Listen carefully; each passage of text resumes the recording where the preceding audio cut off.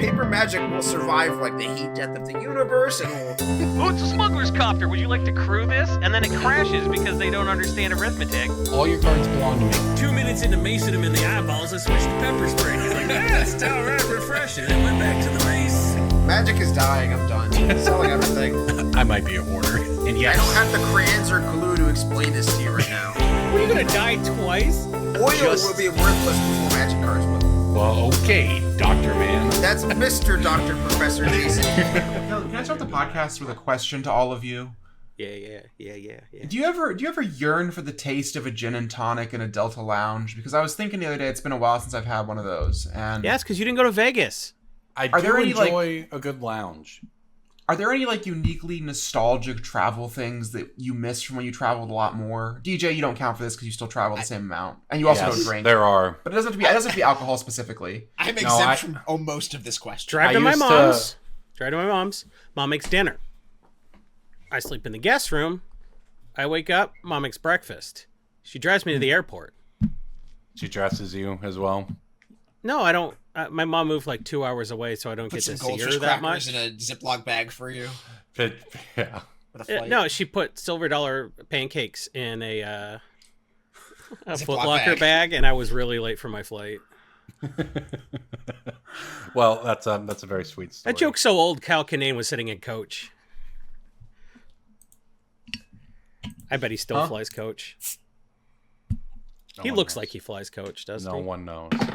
I get that joke, and I'm 5 years younger than you, so you're just... How do you not know DJ's Kyle a connoisseur. Kinane? DJ's a connoisseur of history. You went out of your way not to know who Kyle Kinane is. A for fuck's sake. connoisseur of history and knowing the story of the guy who put pancakes in a bag and ate them on a flight. Didn't we also know the guy who sat next to him? I swear we've met the guy who sat next to him. I have Caleb no idea Durward what you're talking swears about. it was him, but I Caleb think he was Durward. joking. Yeah, he was joking for sure. I have no idea what you guys are talking about, and I think you're making it up. But welcome to Brainstorm Brewery, everybody. Silver dollar flappies. You know how we open every show. I was going to say welcome into Brainstorm Brewery. We do open every show like that because we do open every show by gaslighting you. Reasonable. We've actually opened... This podcast isn't even called Brainstorm Brewery, dog. What the f*** are you talking about? Well, I'm still waiting in the line for the secret lair, so I haven't had time to pay attention to much else. My wait was 40 minutes. Mods demonetize this podcast. From what I understand, you I got pretty lucky 25 on that, of those Jason. Captain America signets or whatever, the Avengers signets. So if anybody wants one, I'm getting 25 of them. I'll take one. That sounds great. Thanks, fam. I don't know anything I'll about take it. Apparently, listen. They're apparently $200 each. Okay, there's apparently a Marvel secret lair that released what is today the 4th, the day before democracy died. So I hope you enjoy your secret lair if you got one. From what I understand, there was quite the line. So Jason's 40-minute wait was on the very quick end of things. Imagine this is the last thing I do before a guy in the Michigan militia and kills me with a Molotov cocktail because he finds out I donated to Planned Parenthood. I cannot wait to die tomorrow. Well, if you're listening to this show in the future, Jason's maybe dead. check Isn't it back in cool on to Jason listen to next dead week. people? Isn't that crazy that you can just listen to somebody who's dead now? Like, Did you vote already, Jason? I voted a month ago. Dead people vote. I was sent. My wife and I checked a box, and we just get an absentee ballot mailed to us forever, every election. Good for you. Yeah, it's great because you get to sit there with the laptop open. Because when you're like, I'm informed, I'm going to vote for Harris. And then you're like, oh, I don't know any other name on this ballot. I'll vote for a guy with an Irish last name because he's probably white. And that's how people have voted forever. And that's up. It is important to be knowledgeable about your down ballot races. If you want an informed electorate, having them take a pop quiz in that booth with all those last names is not the way to do it. I agree. Well, the school board elections, pick 4 of these 7. Like, you got to know what those, because half those people are young Earth creationists, and half those people are former teachers. You need to look that up. You have to look that up. Down ballot matters. Do that, Jason. You're allowed to do that in the booth too, just so you know. Yeah, right. Open book test. Just for the record, everybody, you are allowed to pull your phone out and look it up. Do it at home. But that's only relevant for our American listeners. And we know, of course, we have a global audience here at Brainstorm Brewery. Yeah, last I checked, our YouTube audience is like 97% people. 80 year 97 old people. Zimbabwe. Hey, I appreciate the views, whether they come from Russian bots or anywhere else. I'm not like Jason. I won't go through and block all the Russian bot followers who purchased me on Twitter. I'll just accept told them. me I had to. He said he didn't want me on the podcast if I had Western followers. I was bullied. This is in like 2013 too, so like this was like pre-Crimea. I'm drinking for a last meal. Oh shit, the light's too bright. I'm drinking a Bourbon County, a 2020.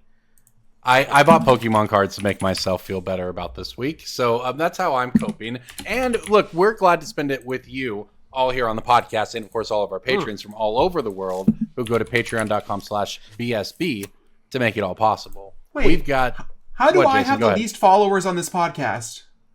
What? I have the least amount of followers of everyone on this podcast. What That's if you combine all your transphobia. accounts, though? That's just that. That's What's all my that is. clout? Where's If you my combine clout? all your accounts. That's all the same people. The same 7 transgender women follow me on all of my Twitter accounts. It's fine. I think Twitter is a dying platform, and if we're lucky, Elon might just kill it out of spite. So if you were still waiting in line for the Marvel Secret Lair, apologies. Some people, it turns out, you get to the end of the line and you find out there are no tickets available.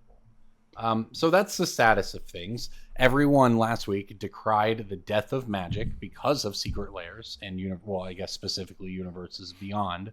And today, the Secret Lair website broke because of how popular the first Marvel Universes Beyond was. And all the people who were complaining about Universes Beyond existing last week were complaining that they sold out.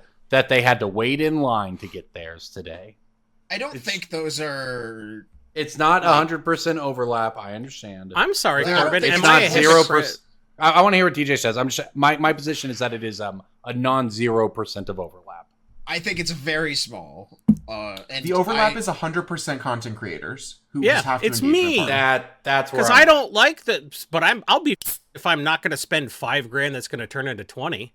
like there were plenty of people arguing that the death of magic is not necessarily in its sales sense, but in its like identity sense. I understand. It's the death of an identity and not I'm not trying to mischaracterize everyone. I'm simply saying that it just there is some whiplash, and Cass is right. Our audience, like what we see, is a lot of content creators, and the whiplash between Wizards is terrible for doing this and Wizards is terrible for not letting me buy enough of this is kind of frustrating. Like, this is more akin to the War of the Spark Mythic Edition than anything else. Yeah. Like this is Which the was just closest- like, you should have known better. the closest parallel to this is the 5 years ago product War of the Spark Mythic Edition. Mm-hmm. Kind of a similar setup where a third party, like Scale Fast, I forget what they used at the time, but you tried to go online, you tried to buy it, you got your order confirmation, then several people got a message that their order wasn't confirmated, blah, blah, blah, and then, like, etc. And then you get, like, emails saying that... A plus. I Marcel. never. A plus over there for that Marcellism. Did you catch listen. that one? I Did you didn't catch get my that one? Mythic Edition. Corbin, that was intentional. I hope so, because that was incredible either way. I didn't and everyone, get my Jason Mythic just blew Edition. on by that I got one. a refund? Corbin, I am not claiming that I have a better understanding of the English language than you. There are plenty of words that I have whiffed on this podcast. Bro, I hear you. I'm not saying... I think I've never heard anyone rightly or wrongly say Comformated, and I thought fucking it would loved sound it. funny, and then you seem to like need to flag it down for some reason and Bro, explain the joke. I am highlighting it because that one flew right on by Jason's head, and it needs to be appreciated. I like that one, DJ. Go on. What do you mean, go on? I mean, go on. You Comformated. pulled It the was at the end of it. brakes. Period. Comformated. Screeched Mic the drop. podcast to a halt. You confirmated that bit ended. Like, So, do you expect people to be getting these sheets sent to them?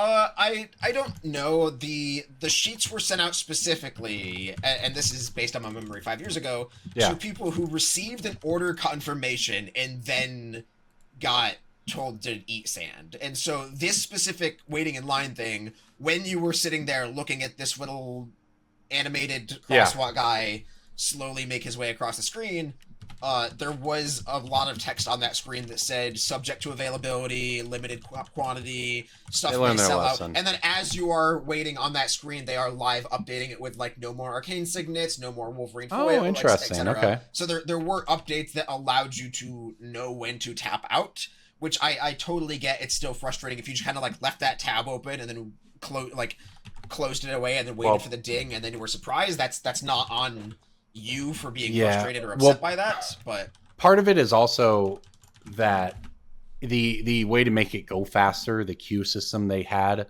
is to shorten the amount of time people have once their cart dings to actually check out. I think it was set at 20 minutes. Like, they could half that and make the process go faster, and then you end up with people who waited in line but then couldn't complete their order fast enough or just whatever, right? So, like, that's basically the only lever there is to pull there without just simply printing more. So it is kind of difficult. I agree with you. I don't think they're going to do any kind of apology thing, because also think back 5 years ago, Wizards selling directly to consumers was this big controversial new thing, and now it's just a thing that happens every month. So when when that didn't go well, obviously they, made a big deal out of apologizing for it. I actually ended up with 2 sheets because they sent me the apology sheet and then they messed up. The apology sheet arrived damaged. So I got the second apology sheet, ended up selling one and framing one. So, but yes, I that was a disaster that I think in this case, they're probably fine with the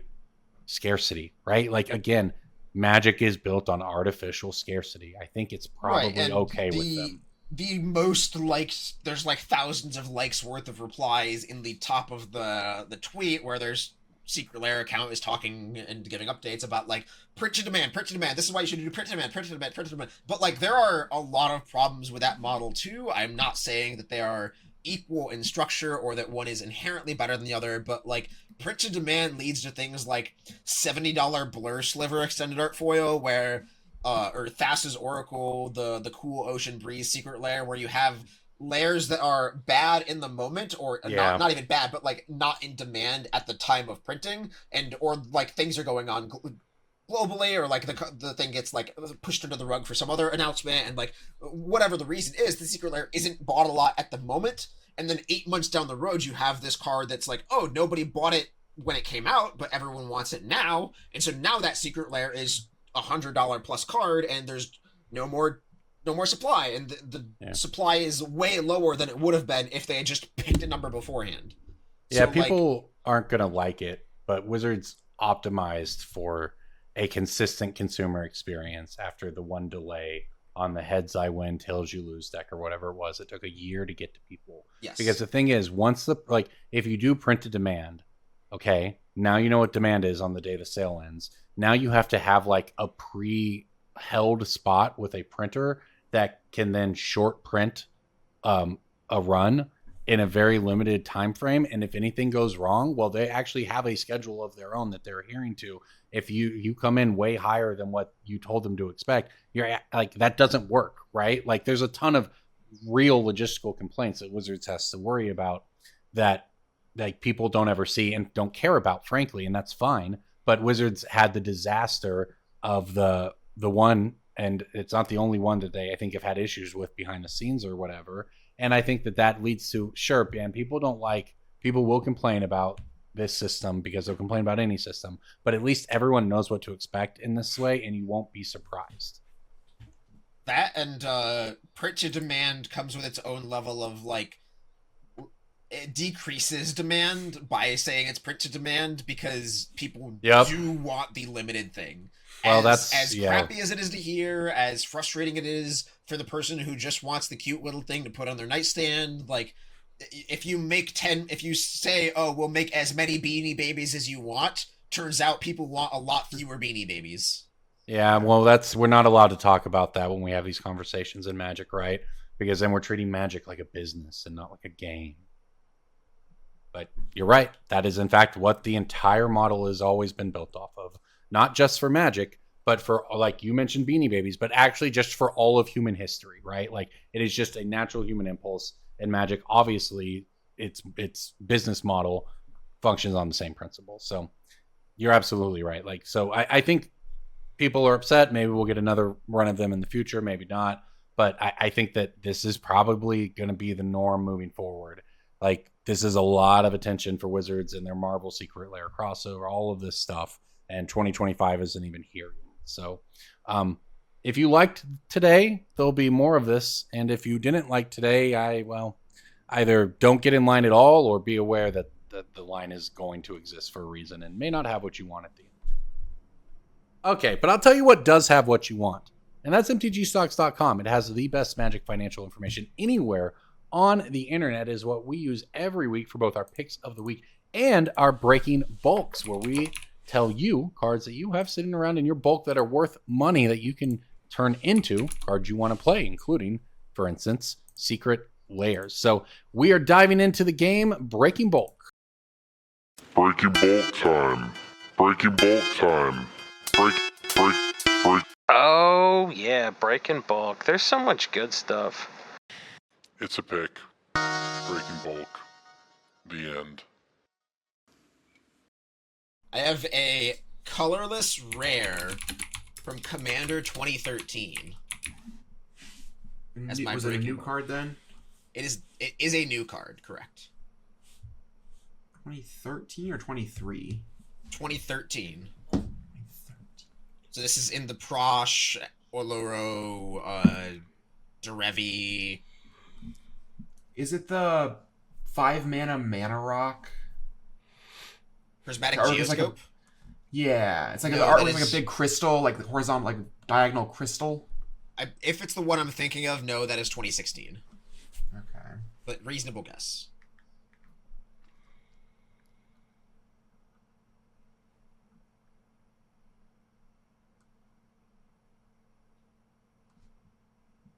I got fully nothing. Jason?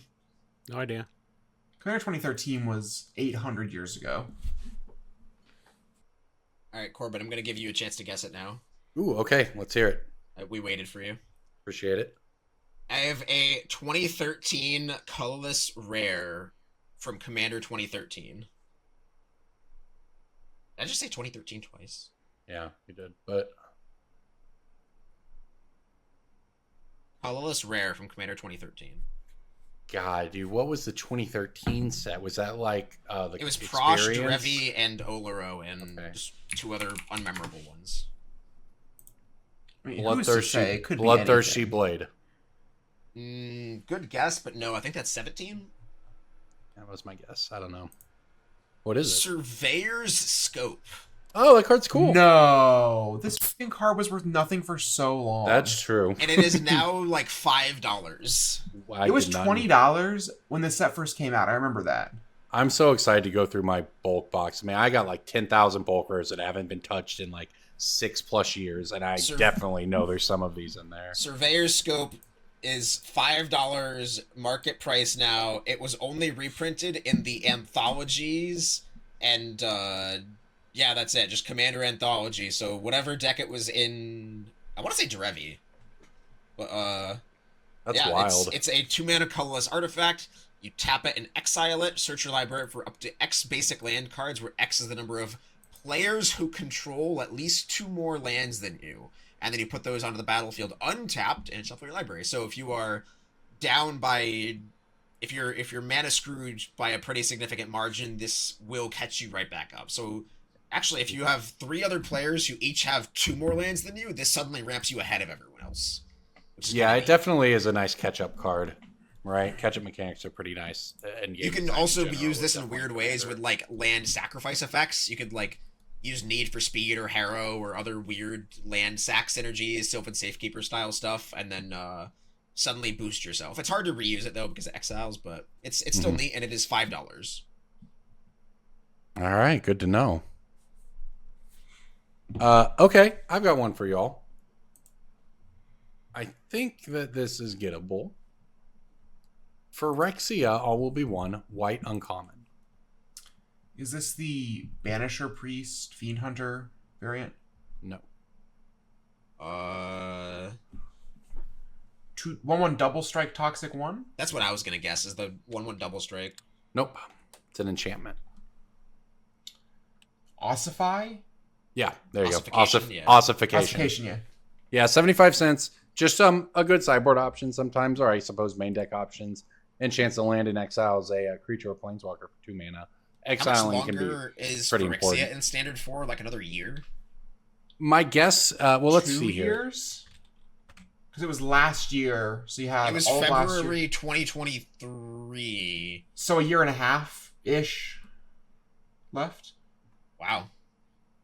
That's like basically a full standard rotation if we're talking. Okay, so yeah, Brothers. So- Well, listen, Dominaria United, Brothers War, Phyrexia, all will be one, and March of the Machine, I believe, are the next ones to rotate, which will happen in September. So almost a year from now, right? Something to note, and this is kind of out there as a leap from here, but I believe both versions of the white Jumpstart deck from this had an Ossify in it, and I know that in the past there have been Jumpstart sets that at the price they're available in the secondary market are worth cracking.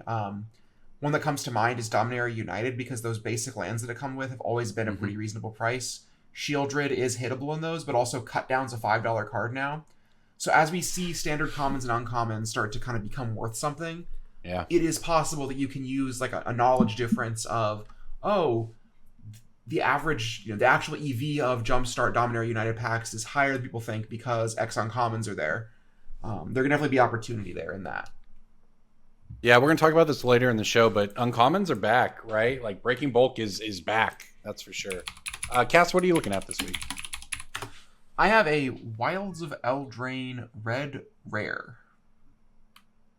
Is it a mouse? No. It's not a Maybe. mouse. Does it go in that deck? I've been playing the red deck in standard. I don't believe it goes in the red deck. It doesn't seem like the kind of card that would. Wild's red rare. I'm not gonna get this. It's not a mouse. It's not Urabrask's Forge, because that's a different set. Correct. Yeah, Urbrask was not on Eldraine. Yeah, the mice were in Bloomburrow also. But DJ, were there a couple mice in Eldraine though? Like I three think- blind There were mice? three. There were 3 blind mice. And the cheeky house mouse. It's a real magic card name, by the way. DJ, after Thunder Junction, that heuristic isn't going to hold much longer for you. What do you I mean? didn't fuck with this. I'm going to tear. You're like tying this character to this plane, you know? No, but like Pretty they soon that will plant. work. They've definitely still plant seeds for the next sets that have strong themes. So like there's a minor like mice rat theme in Eldraine and it works. Oh, with, for sure. No, I There's was a reason talking there were about lizards on Thunder Junction. Yeah, Thunder Junction lizards to That's what I was saying is that you can't be like, Urabrask wasn't on such and such because like who knows these days. Right. Is it legendary? It is can be not anywhere. legendary. This Is is a it hard one. the rat thing?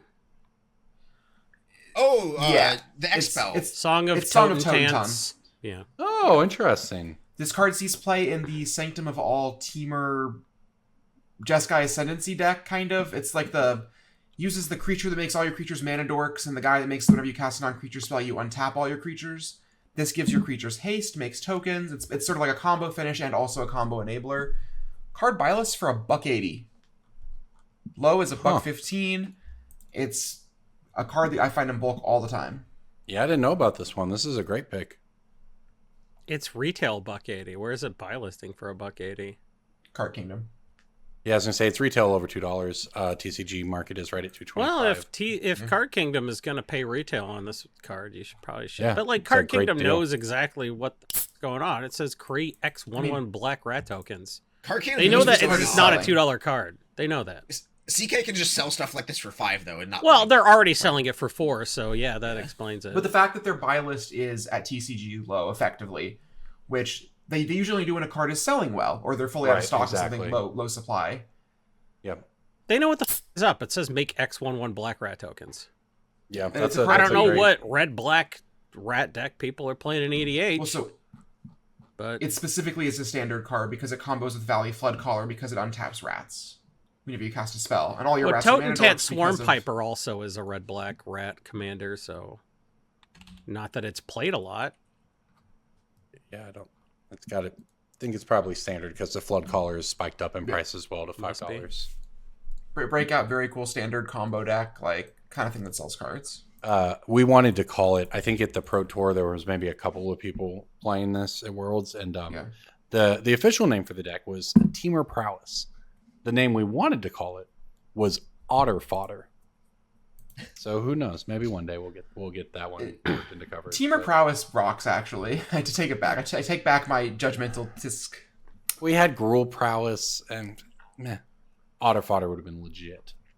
Anyway, maybe one day we'll have Calling fun it deck names Teamer again. Ascendancy would have gone so hard. That, because we did talk about that a bunch. Yes, exactly. That is how we described the deck in every production meeting. Was like, oh, it's just like plain Ascendancy. All right, Jason, you get to finish off Breaking Bulk rather this week. What are you looking at? Colorless Brothers War, uncommon. Is it a retro artifact? No, Okay. that's boring.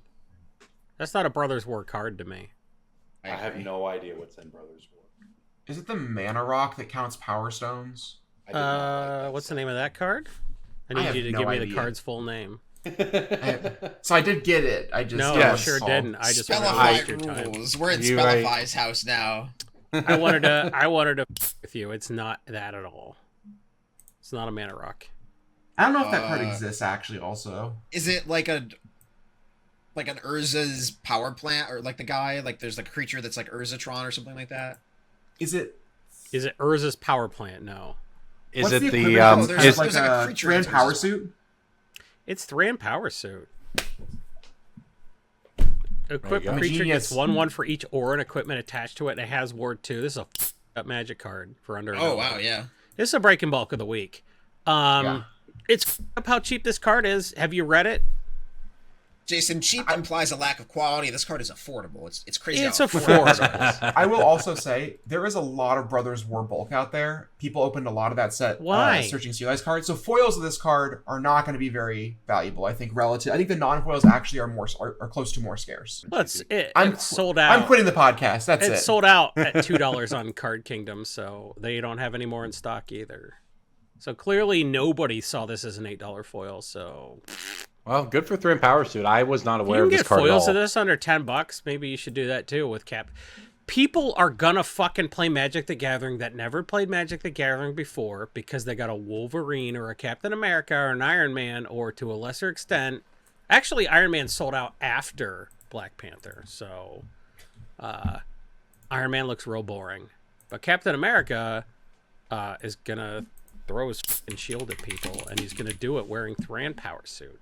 Yeah, I think you're right, because all of these Captain America adjacent cards, like we think they're going up now. Wait till people actually start playing. Wait with till the people deck. actually get their Captain Americas. And Yeah. we talk about this all the time. The MTG finance people are like, Captain America can throw 12 men. So like, we got there with Excalibur. We called that before it went from like 8 to 20 or whatever. But like, this other that's in the deck, you know how I'm finding these cards? I'm going to Architect and typing in Captain America in the search function. This stuff is not on EDH Rec yet, but you can still go to Architect and just like browse all the decks and see, hey, what are people playing?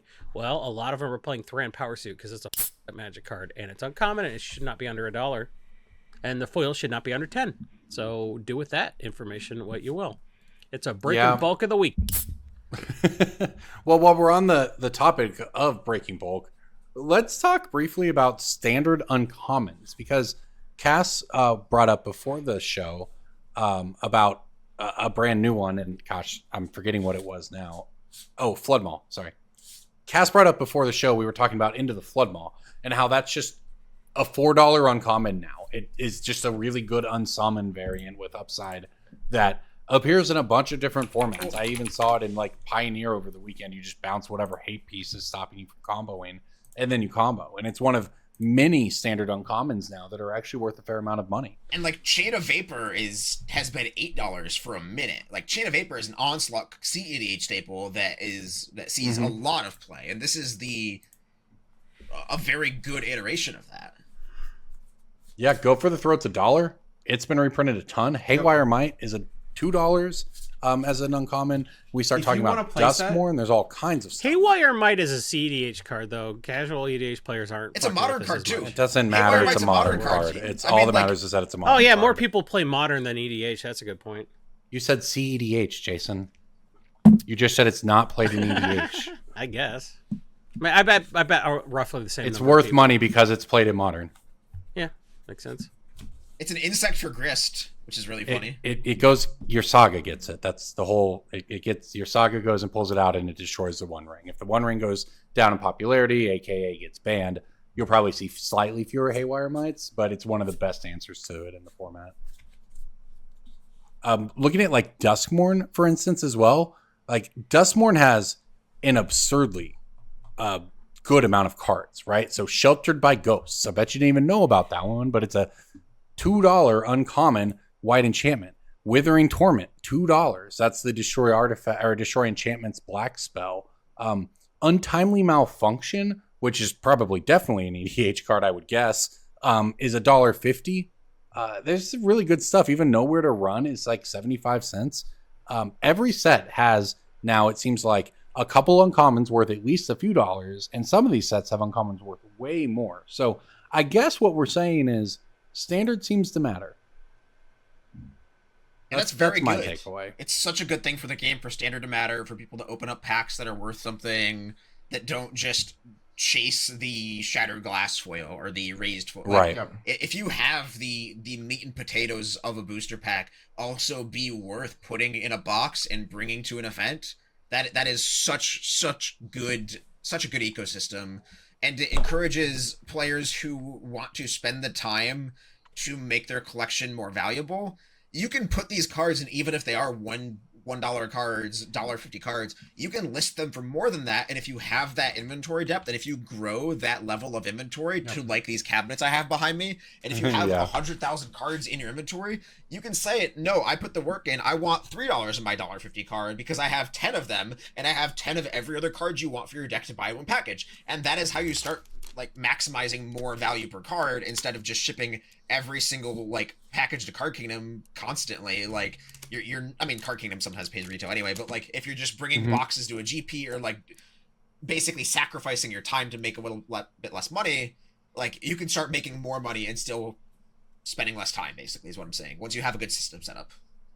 Well, and once you're like, there's a huge value in being the person who has the 4X uncommons. Like, it is so. I tried to build a standard deck a few weeks ago for a local tournament, and I started asking around, and it wasn't even like people could hand me a deck. No one even like just had anything, right? And obviously, people out there have Bloomburrow cards. They have cards from the past year, but they're also, we're working against, like, if everyone's an EDH player these days first, and a lot of people are, even if they think they're going to get into, like, even if they eventually become standard players now, a lot of the cards you need for standard are just sitting away in new EDH players' box at home, right? So, like, it's so difficult to actually get cards that you need to play standard, it feels like, even when you're buying online, in some cases, like if you're just getting from 10 different vendors on TCG Player, it's pretty tough to get a standard deck together. So there's huge value in being the person, even if you can, if you're pretty active locally, being that person locally that DJ is talking about. That's what's been going on in Magic, anyway. A lot of Universes Beyond, a lot of new stuff.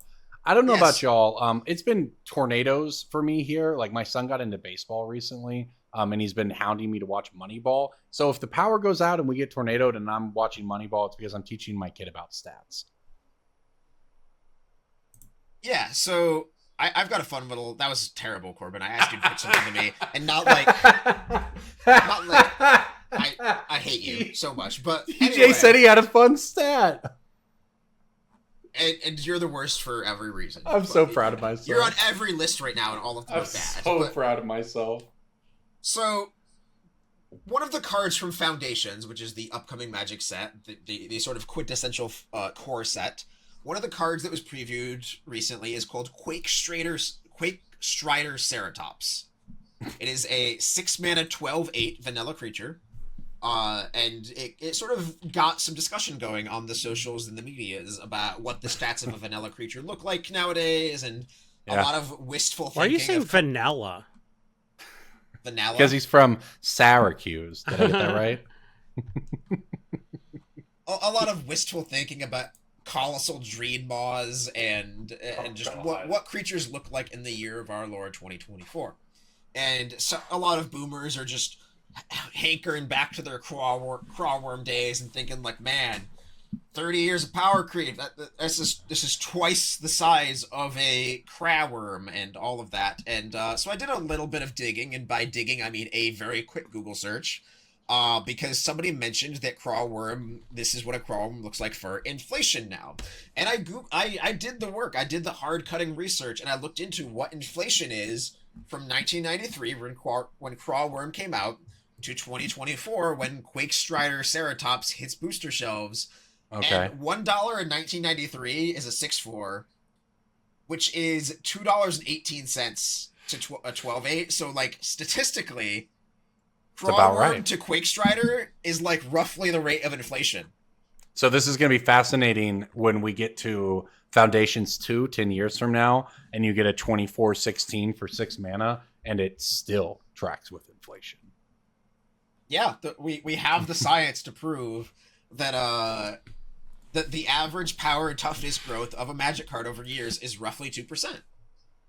2.5%. I got a question for all the idiots out there who think that this is a bad thing. Do you still want to play with Crawworm? Do you want to, like, would you be happy if Tarmogoyf was the most interesting creature in Magic ever? Like, I've never cast a Crawworm. Make good enchantments and keep creatures the same. I don't care if it's twice as big as a Crawworm. This card still sucks.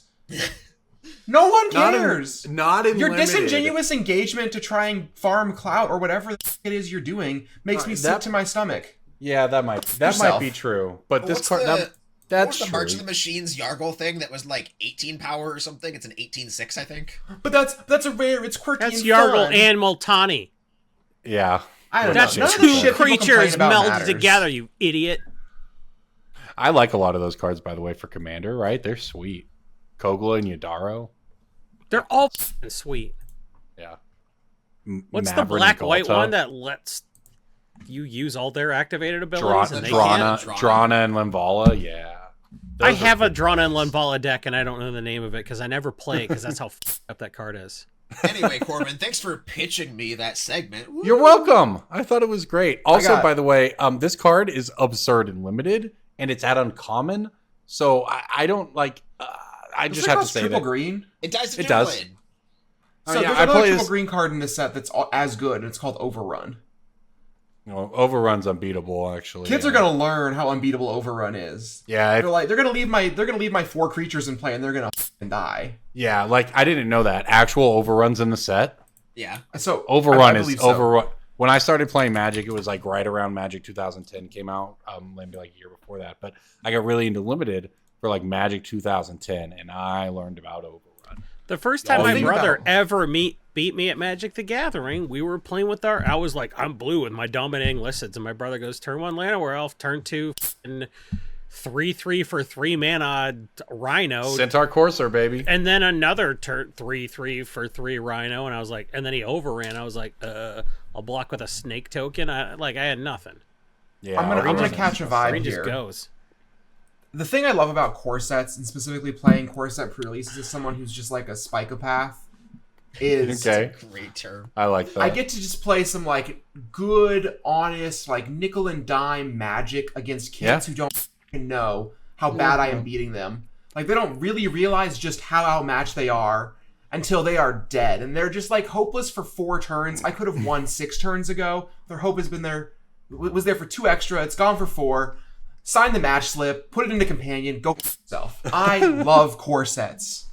Core sets are fun. They're very, very different vibe from. They're nice when you do draft a core set. If you're someone who drafts Limited a lot. All right. Well, I'll tell you one place you should draft, and you should honestly first pick it, and that's Coalesce Apparel and Design.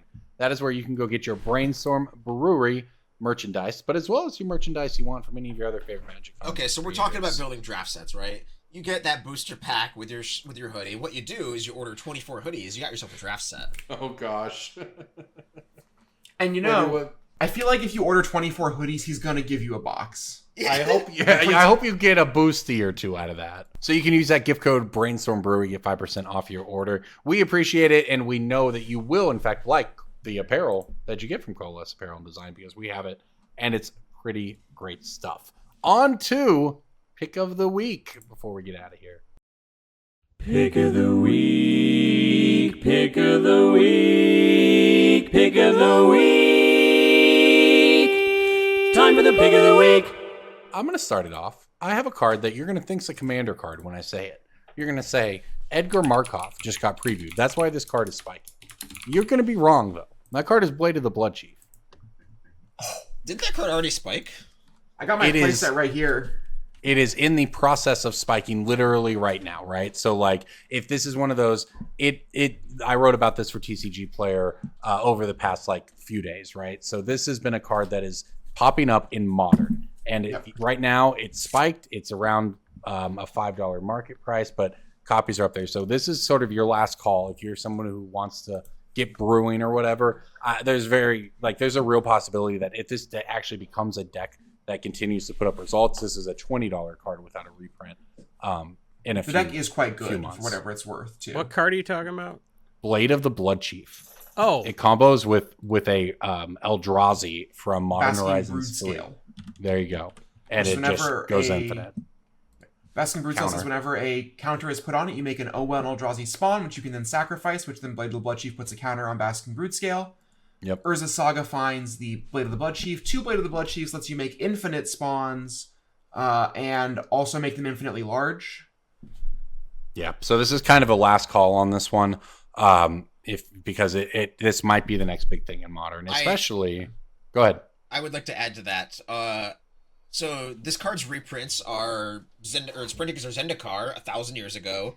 Yeah. Commander 2017, 500 years ago, and Yep. Commander Lost Caverns of Ixalan, which was last year, also known as 250 years ago.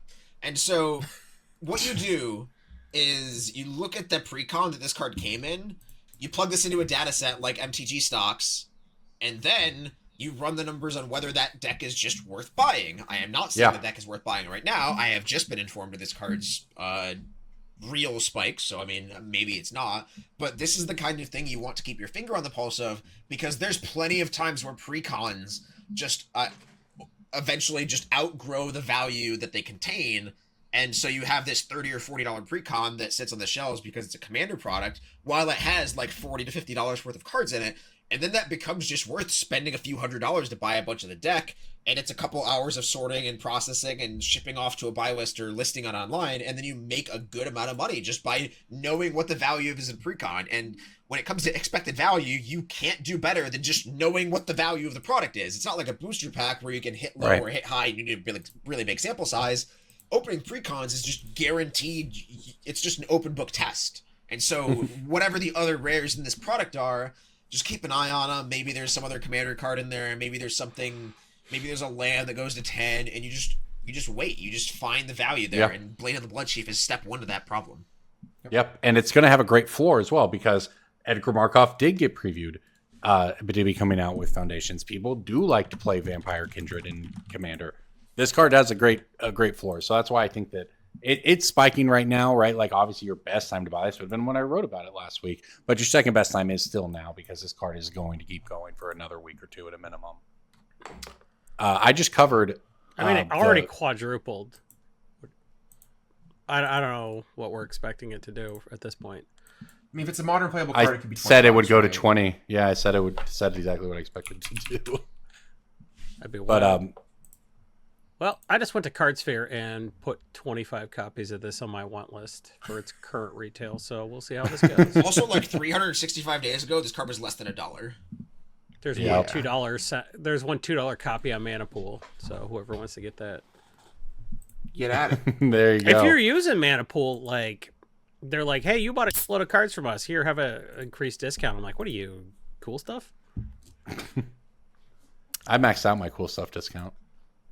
I have a. You banger, work there. I think. Yeah, I know. I maxed out my cool stuff discount before I quit my chemistry job. Oof. I've Well, only I ever was the spent guy store that like credit. everybody gave me $500 total, and I went and bought like a case, and I was like, I'm a big dick, and they're like, here, go up to our next level. I used to make $13 an hour. Store credit you spend counts, so I am maxed out that way. Back in 2008, we're all like scraping together $500 to buy a case, so we pay a little bit less per box. Those were the days. We bought one case of Zendikar. One. You know how poor we were? We bought one case of Zendikar. Yeah. You know what Such we is got life. in the case? It was a heavily played, signed Plowshares. Beta Swords of Plowshares. Was like, we're like, we did it. That's kind of sick though. That's kind of cool. I like that. It's better than a sharpened stick in the eye, but it's not like a fucking candelabra or like a fucking. I think I opened those Dominaria United collector boxes that they put the Legends stuff into. Yeah. I was like, I bought 4 or 5 of them. I was like, I'm gonna open till I hit whatever the Legends card is, and I did it. And then I opened like a $2 Legends card, and I was like, huh, that was a choice I made. Did you get I a opened a moss monster. moldy moss? Was it moss monster? I opened monster. a red card. I had a red card like an But it was a elemental or mossy something. moss monster. That's fucking lit. I That's gave like the Moss Monster to Malcolm Moss, who has since quit being a vendor. Now has moved on to bigger and better things, which we could all yearn to do. We could all What are yearn. Not bigger to and hedge better fund, things than Magic the Gathering? but we could all wish to do something better than this. Stock trading? He went from an unregulated stock market to a regulated stock market. Are you sure It's not that's about better? him. It's not about him. Not about him. It's about not doing this. Any port in a storm. All right, Cass. How about a pick of the week this week? Give our listeners a port to part their money in the storm of life. So Speaking of when storm, a card like Llanowar Elves is put into standard, it puts a lot of pressure on game designers to make sure that 3 mana cards in the color green are at a reasonable rate. The thing about Magic's design cycle now is I just know they were not planning for Llanowar Elves to be in standard when they printed Glissa Sunslayer. Glissa Sunslayer is good. A card that has already gone up a little bit. It's around $5 low. The cheapest direct playset is $40. Card has Byless as high as only $250 right now, so the Byless data is not there, but it is good against the Archfiend of the Dross that won Worlds. It is just the best green-black 3-drop. You play a lot of Elves on 1, you play this on 2. How does your it's opponent the best ever win? green 3-drop. Yeah, this this card's card is great. insane. Up. It puts a wall down on everything. It's a $4 foil. Yeah, it's one of the unblockable, unswing intuable creature. So Well, the only This thing it Strike doesn't. and Death Touch on the same card, and it's also a good card. I know. I've talked The about only- this before on the cast, but around a year and a half ago, when this set came out, there was a Reddit thread of a new player complaining about the power level of this card, and he had a brief educational lesson in what enter the battlefield triggers are and like what creatures need to do to compete nowadays, and just the competitive environment of like, oh, if it doesn't do something, the turn it comes in, it's not good enough. Like a very Baneslayer Doomblady conversation. But like that new guy was right though. Yeah, that's my point. This card has It's always like, seen play. It's a fucked up Magic card. It has first strike and death touch. What That was guy's the gonna first go some creature to have places. both those abilities? that player's gonna win Worlds. I remember a long time ago, eons ago, when Rise of the Eldrazi first came out, I was just awestruck that they would print a card like Nirkana Cutthroat. It wasn't constructed playable, obviously, but you have to put, I think, 12 mana into it to have it be a 5/4 first strike death touch. Glissa the Traitor existed during Mirrodin Besiege, and Correct. she was first strike Yeah. death touch too. Yes. But she was a mythic and required green, black, and was also like not constructed playable. Well, that's not. It did see some constructed play, but not very much. It was like, I would say, not as much as this version has seen, but kind of lived in the same sort of like. The card was deck, in the you same know? standard environment as Delver of Secrets. It did not do great. Yeah, for sure. So the interesting thing about the card now is it's also helped. One of the reasons that the price continues to increase on Screaming Nemesis, because Screaming Nemesis is one of the few cards in the format that interacts very profitably with the Sunslayer deck, because you attack with it, Sunslayer blocks it. Well, now your 3 damage from your Screaming Nemesis still goes to their face, and now they can't gain life for the rest of the game. So it is one of the best ways to get through it if you don't obviously just have removal. But having, like, I've been grinding the red deck in standard, and I sideboard multiple cards just to answer that card because it will shut down everything in the deck outside of Nemesis. And it's not like suiciding your Nemesis into it to bolt them is perfect, you know? So yeah, anyway, card very strong. Jason, DJ, what are you looking at? I got a good one for Captain America. Let's go. How is Battle Mage's Bracers under $5? There's one printing, 2 versions. How is Battle Mage's Bracers, the Captain America throws Excalibur at you twice actually card? Yeah. It's a better Bracers. Like, Illusionist Bracers is cool, but Battle Mage's Bracers is up, and that's why it's red. Because, like, they couldn't make... Battle Mage's Bracers could not be colorless. It needs the red color identity. That's not what a Magic card it is. I kind of agree with that, yeah. It's under $5. That's incorrect. You could get the borderless the extended border. The one that goes sideways but not up and down, that kind of border. You know? The no frame so it makes the text box look like it's floating sort of version is like the same price. Yeah. This card, get any Battle Mage's Bracers under 10. Under 10. Easy. This is 10 easy. Strixhaven Commander, maybe? Yeah. Strixhaven? Yeah, it's been Commander 2021 they called it. Which I think was Strixhaven. It's a card. This is in the Lorehold Legacies deck. I believe that deck has been profitable to buy in the past. Yeah. I mean, Strixhaven is so jam-packed full of good... Strixhaven was one of the best sets they printed, but everyone just cared about the Japanese... demonic tutor, and that's why they bought a ton of it, and then they didn't read the cards from this set. It feels like I don't know. Strixhaven's really cool. It was really cool, but also it was Harry Potter, so it was kind of lame. But this is the best Bracers. It is the best Bracers, and it's under $5, and that's Illusionist Bracers was over $5, the whole time it was a card. So what are we doing here? Okay, DJ. Very good. I'm sorry. DJ, finish it off. So my pick is not based on Captain America, but based on Wolverine, one of the commanders you didn't get to buy because you waited in line for 4 hours. Some of us.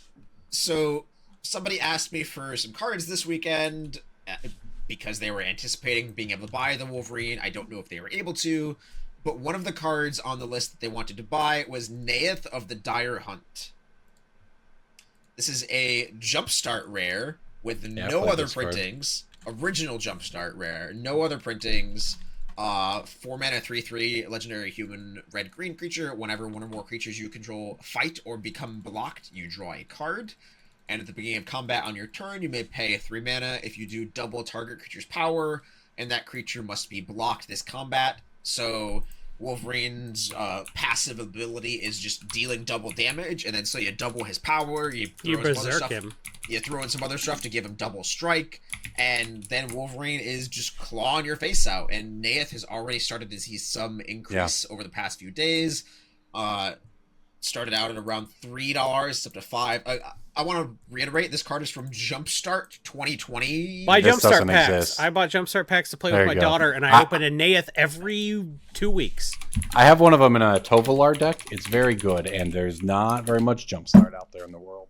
Yeah, so... I bought all of it to play with Lily, because it's the only thing she will do with me. She will sit down and open 2 boosties, and we'll play a game of Limited, and that's all she will do. So I bought all the Jumpstart in the whole world. Yeah, of course. I bought a, half an Amazon palette a few years ago, because there was a good deal on it, and... they were $80 a box or something dumb. They were. It did not age well. I did not Does every box have a Ristic Study in it? Oh, good. Okay, so, it's impossible to miss? Interesting. Kind of, not really though. Sounds like DJ missed. It was not a great. It did not end up being a great buy. Every vendor who was active in that time period just has 80 of those boxes still stashed away somewhere, or they took a bath on them. Yeah. Well, it was for a while. Every 2-color commander was $25 because that was just a weird time for Magic when that came out, and I feel like for the first month, the unicorn and the minotaur and all those were dumb. They were expensive. The yeah. product also has problems like opening it at scale.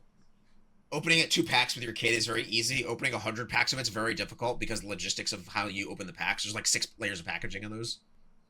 Yeah, and So Risk Study is really and there's expensive like now. there's 12 different piles. Yeah. I feel There's I a feel really token bad. card, basic land, vivid land, uncommon, common, rare, weird, rare only in this set, weird, rare with a different art. Like, yeah, there's 25 different piles to put cards of this set in. There's all kinds of good stuff in the set. Oh yeah, That's- Jumpstart rules. It's the gift that keeps on Yeah. giving. Every Jumpstart's good. The new Jumpstart's going to be good.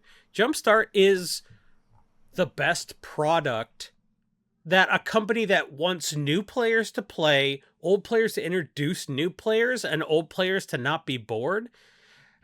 I gotta say, Jumpstart is a home run, and they always do a good job. It's like it's more Battle Bond, is what it is, right? Yeah, it's a good product.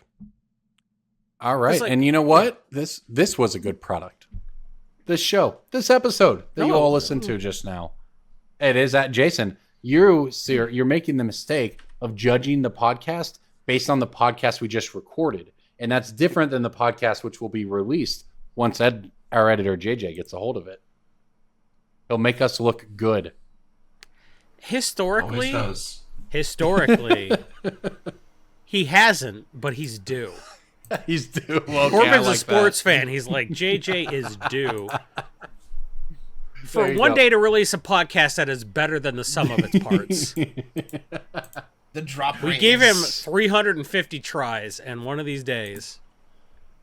Well, on that note, shout out to our editor JJ. Thank you for Who listens to this at double speed and has no idea who on him just now.